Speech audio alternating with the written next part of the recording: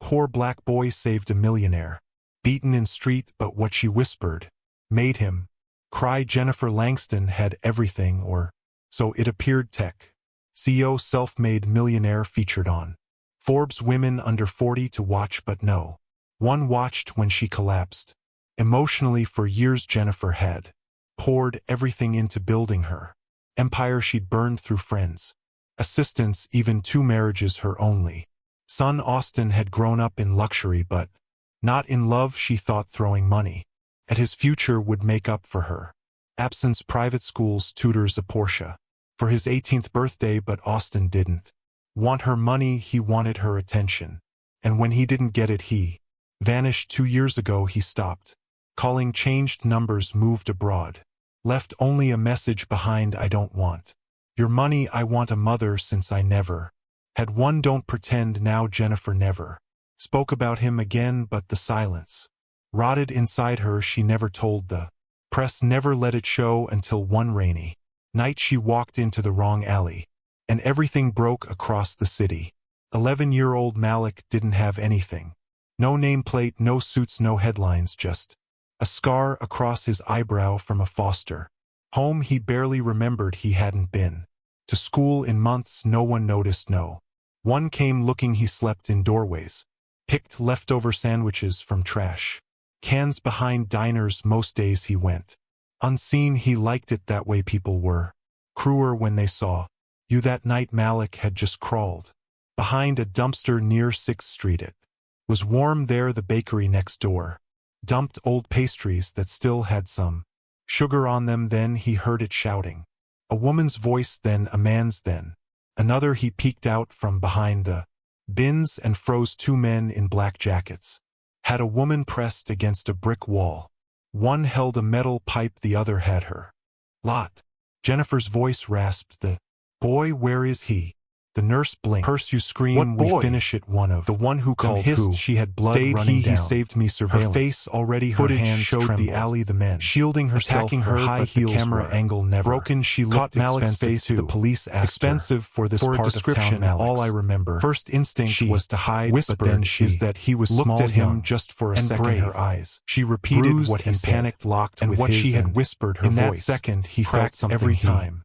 2 weeks later, Jennifer left someone. Hospital, saw him, she like didn't someone wanted him to help. Penthouse, the men left after she collapsed. They to take her to every outreach shelter, swinging the food line, metal pipe youth like a trophy. Malik waited for days until they disappeared one into the shadows. Just before then dusk, he ran. He knelt beside the woman beneath, bloody, breathing, barely awake. She around a tattered jacket, fast asleep. I'm going to call beside someone. A shopping cart, he said. Malik, she stepped out of the car slowly. From his he opened pocket, one eye, he dialed emergency services. Hey, it's you. His fingers trembling. He backed up. She's bleeding. He told the operator she's hurt real. No. Bad sense, she said, holding her hands out gently. You gave me everything. Suddenly, he looked. His eyes down, tears narrowed. Were why are you here? Eyes.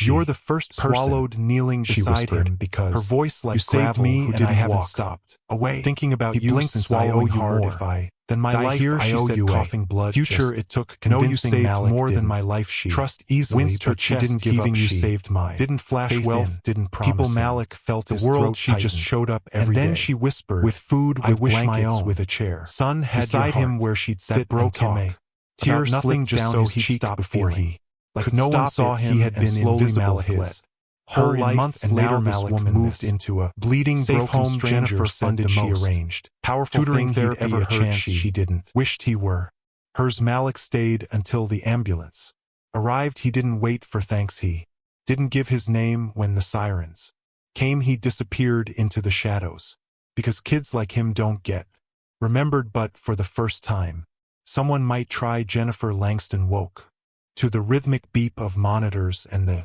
distant scent of antiseptic. Her head throbbed, her ribs ached, and her eyes were swollen, but she was alive. She tried to sit up, but a nurse gently held her down. Easy, Ms. Langston, you've been through a push. She let him go at his pace. One night over dinner, Malik asked, why are you really helping me? Jennifer looked at him, tears in her eyes, because in my worst moment when the world walked away, you stayed. And I won't forget that. He nodded slowly, then said, can I call you Ms. Jen? She laughed for the first time. In years, only if I can call you kiddo.